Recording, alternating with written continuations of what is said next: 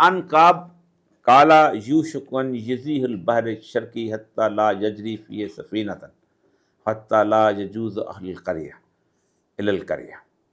حضرت کعب سے روایت ہے کہ انہوں نے فرمایا کہ قریب ہے وہ دن کے مشرقی سمندر دور ہو جائے گا، اس میں کوئی کشتی بھی نہ چل سکے گی، چنانچہ ایک بستی والے دوسری بستی میں نہ جا پائیں گے. اور یہ جنگ عظیم کے وقت ہوگا. اچھا. اور جنگ عظیم حضرت مہدی کے وقت میں ہوگی. اس کا مطلب یہ ہے کہ ہم بہت نزدیک پہنچ چکے ہیں. اگر کل کلوز ہو جاتا ہے، ہو سکتا ہے کل کلوز نہ ہو تو جنگ عظیم تھوڑی سی آگے چلی جائے، لیکن سب سے بڑا تھریٹ اس وقت جو دنیا میں ڈسکس کر رہی ہے وہ یہ ہے جو ہم نہیں کرتے، ہمارے منہ میں پتہ نہیں کیا ہے، وہ ہے ایران اسرائیلی نیوکلیر پروگرام. اسرائیل کے بعد تقریباً 450 ایٹم. دیکھیں میں آپ کو سامنے بتاؤں اس کی صورتحال کیا ہے. اسرائیل میں جب یہ انہوں نے وہاں اجلاس ہوا ہے، سراقہ میڈیکل سینٹر پہ جب حملہ ہوا ہے نا جی، تو اس کے بارے میں کہا جاتا ہے کہ یہ اسرائیل کی بہت امپورٹنٹ آئی ڈی ایف کا وہ بھی ہے ہیڈ کوارٹر بھی ہے. تو ایران نے جب حملہ کیا تو ایران کے حملوں کے بارے میں ان کو یہ تھا کہ وہ اوپر سے میزائل جا کے پھٹتے ہیں، جیسے ہمارے یہاں آتش بازی ہوتی ہے نا. تو ان کا جو آئرن ڈوم ہے نا، آئرن ڈوم وہ ایک کے پیچھے لگے دو اتنے ساروں ایک وقت میں تو وہ واقع لگ جاتا ہے. دوسرا یہ ہے کہ آئرن ڈوم بنیادی طور پہ الرٹ ہونے کے بعد شروع ہوتا ہے. تو آئرن ڈوم جب یہاں سے میزائل آتے ہیں تو یہاں سے الرٹ ہوتا ہے، تو ایک وقت میں الرٹ کرنے کے لیے تقریباً 7.5-8 لاکھ ڈالر جو ہے نا اس پہ خرچ ہے. عموماً $1 ملین کے قریب اس پہ خرچ آتا ہے. وہ آتا ہے ظاہر بات ہے، جب آتا ہے تو ایک جال پھیلا دیا جاتا ہے گولیوں کا، اور تاکہ وہ کسی کو لگے جال کے اندر وہ اندر نہیں آ سکتے. اب ان کو اندازہ نہیں کہ وہاں انسان تو ہے نہیں کہ بندہ پیچھے ہٹ جائے گا، میزائل نے راستہ نکالنا ہے. وہ کہیں ادھر سے اگر 6 کو گولیاں لگیں گی ایک دو بیچ میں سے گزر بھی جائیں گے، پوری کی پوری جال تو بنتا نہیں ہے، کتنا بھی بن سکے. اس کے بعد انہوں نے بیسیکلی اس پہ سوچنا شروع کیا، اور 2-3 دن سے ان کے مختلف ربائی جو ہے گفتگو کر رہے ہیں کہ ہمیں سیمسن آپشن استعمال کرنے چاہیے. اب سیمسن از اے بیبلیکل کریکٹر. اصل مسئلہ یہ ہے کہ جو اس کا جو پروگرام ہے یہ 1950 میں شروع ہوا. اچھا. 1920 میں ڈیوڈ بن گوریان نے اس کا آغاز کیا تھا.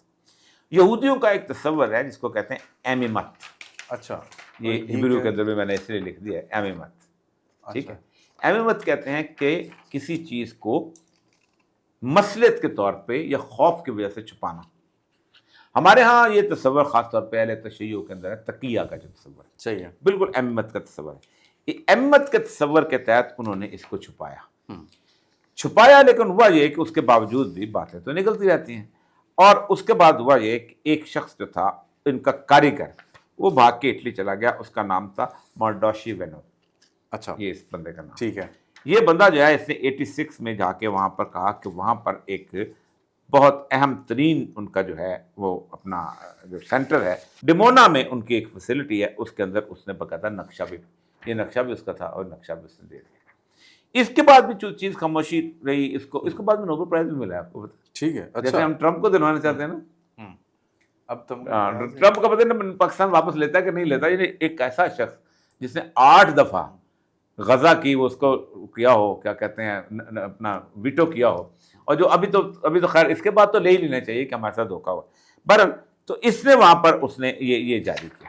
اس کے بعد ایک عام اور اہم ترین آدمی ہے جو بہت بڑا رائٹر ہے، اس نے ایک کتاب لکھی دا سیمسن آپشن، جس کا نام ہے سیمر ہرش. ٹھیک ہے. بہت بڑا، نیو یارک ٹائمز میں بھی لکھتا رہا ہے، واشنگٹن پوسٹ میں بھی لکھتا ہے. یہ کتاب بڑی کمال کتاب ہے. اب تو پاکستان آج کل تو دنیا پوری میں اس کو بین کیا ہوا ہے. ہاں. تو ہم جس زمانے میں آئے تھے 1991 میں، تو ہم نے اس وقت میں نے پڑھی تھی. I think I was in اس وقت امریکہ میں تھا جب میں نے اس کو دیکھی تھی اس کتاب کو. اس وقت 96 میں گیا تھا. یہ بین بعد میں ہوئی. سیمر ہرش کی جو کتاب ہے اس کے اندر وہ کہتے ہیں کہ اسرائیل جو ہے وہ آخر میں نیوکلیر آپشن استعمال کرے گا. اور نیوکلیر آپشن کے بارے میں ان کا تصور یہ ہے کہ جب انہیلیشن کے قریب ہو جائے گی یہ اسٹیٹ اور ہم یہ سمجھنے لگیں کہ یہ انہیلیٹ ہونے لگی ہے تو ہم نیوکلیر آؤٹ آف کنٹرول ہو چکی، تو پھر ہمارے اور یہ سیمسن کا وہ F-15 F-35 میں ان کے بم جہاں چلے جاتے ہیں. لیکن جو سب سے اہم ترین بات ہے اس سیمسن آپشن کو روکتی ہے وہ ہے کہ دنیا پوری کے اندر ہائی الرٹ جاری ہو جائے. کوئی بڑے سے بڑا آدمی جو ہے اسرائیل کو یہ نہیں کرنے دے گا. جیسے میں کہتا ہوں نا پاکستان کو نیوکلیر ویپنز استعمال نہیں کرنے دیے جائیں گے، ویسے ہی اس کو نہیں کرنے دیے جائیں گے. کیوں؟ اگر اسرائیل نے ایران کے اوپر 4 یا 5 نیوکلیر ویپن استعمال کر لیے تو ایران کیا کرے؟ تو نہیں، سب سے بڑے تھے ایران کے پاس تو نہیں ہے، جی تو اب تک ہماری جو اطلاع ہے وہ نہیں ہے، اور انہوں نے ایک تو آیت اللہ اس کا خامنہ کا فتویٰ بھی ہے کہ ہم نیوکلیر ویپن استعمال نہیں کرتے کیونکہ اس کے اندر اسلام میں یہ حرام ہے۔ ٹھیک ہے ان کا ایک 1992 میں فتویٰ تھا، میرے خیال ہے وہ ابھی اس میں لگا دیں گے وہ فتویٰ جو ہے، انہوں نے کہا تھا کہ یہ انسانی آبادی کو بھی ساتھ انہیلیٹ کر لیتا ہے مادہ، اس لیے اسلام میں اس قسم کے ویپن کو استعمال کرنے کی اجازت نہیں، لیکن ہم پیسفل نیوکلیر ٹیکنالوجی۔ اب پیسفل نیوکلیر ٹیکنالوجی میں ابھی سنا یہ ہے کہ ایرانین نے کہا ہے کہ ہمیں ٹرمپ نے بتا دیا تھا کہ حملہ ہونے والا حملہ ہونے والا، وہ جو اتنے چھوٹے چھوٹے ہوتے ہیں وہ جو نیوکلیر جہاں پہ افسودی کی ہوتی ہیں بہت زیادہ بڑے نہیں ہوتے، اتنے چھوٹے، یہ جیسے یہ گلاس ہے نا، اس کے اندر انہوں نے وہ جو افسودہ یورینیم ہے وہ کہیں اور جگہ شفٹ کر دی ہے، جو ایرانین اطلاع ہے، جو امریکہ کی بھی اطلاع ہے، کیونکہ باقی جو اسٹرکچر جہاں ہوتا ہے جہاں وہ بڑے بڑے بنے ہوتے ہیں، کیا نام ہے اس کو، سینٹریفیوجز اور یہ چیز، وہ انہوں نے تباہ کر دیے ہیں تاکہ یورینیم رہے، کیونکہ خطرہ یہ تھا کہ اگر یہ یورینیم وہاں انرچ یورینیم رہتی ہے تو باہر پھیلے گی، تو بے شک 200 فٹ نیچے ہو تو اس کا اثرات ہے۔ تو ایک تو یہ ہے کہ پاکستان کی طرف موو کریں گے ایرانی مہاجر، اگر وہاں پہ اٹیک اگر مہاجر افغانستان کی طرف جا نہیں سکتے، اس کے بعد وہاں ایران کی طرف، سوری عراق کی طرف نہیں جا سکتے، وہاں پہ ہاسٹیلٹی کی والی صورتحال۔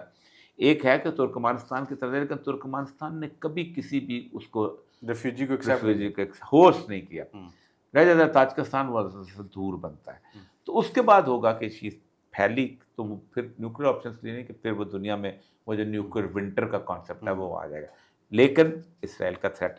دوسرا رسول اکرم صلی اللہ علیہ وسلم کے حدیث کے مطابق یہ مجھے لگتا ہے کہ نیوکلیر ویپن شاید اینڈ میں استعمال کرنا پڑے، اب نہیں، کیونکہ آپ صلی اللہ علیہ وسلم کی ایک حدیث ہے کہ ایک پرندہ لاشیں دیکھے گا لمبی پھیلی ہوئی، اچھا اتنی زیادہ لاشیں ہوں گی کہ وہ کسی خاص خالی جگہ پہ گرنا چاہے گا لیکن وہ نہیں گر سکے گا، اور آخر وہ لاش کے اوپر گرے گا، تو اتنی لاشیں جو ہیں وہ نیوکلیر ویپن میں وہ جلا کر راکھ کر دیتے ہیں۔ میرا اندازہ یہی ہے کہ یہ ڈسیٹ کر رہے ہیں کہ اسرائیل جو ہے وہ استعمال کرے گا، امریکنز خود کر رہے ہیں، اپنے مسئلے میں وجہ بتاتا ہوں، یہ کیمیکل ویپن استعمال کریں گے، ٹھیک ہے تو کیمیکل، میں گیا تھا ادلب میں، آئی تھنک آج سے کچھ 6 سال پہلے، جب بشار الاسد نے وہاں پر کیمیکل ویپن یوز کیے تھے، اچھا اور میں نے بچوں کو اپنے سامنے تڑپتے ہوئے دیکھا ہے، یعنی ان بالکل ایسے تھا کہ گیس اندر پھاڑ رہی وہ اسرائیل نے فاسفورس کے فاسفورس چھوٹی چیز ہے، باقی بے شمار گیسز ہیں کہ جو آپ پھیلا دے جائیں اور آپ جو ہے وہ سانس اکھڑتی ہے، اکھڑتے کے ساتھ ساتھ ہی آپ مر جاتے ہیں۔ تو انہوں نے ایک بچوں، تو ادلب میں گیا تھا، اور ادلب میں نے بچوں کو مرتے بڑی تکلیف سے موت ہے، اور وہ ہو سکتا ہے اس کا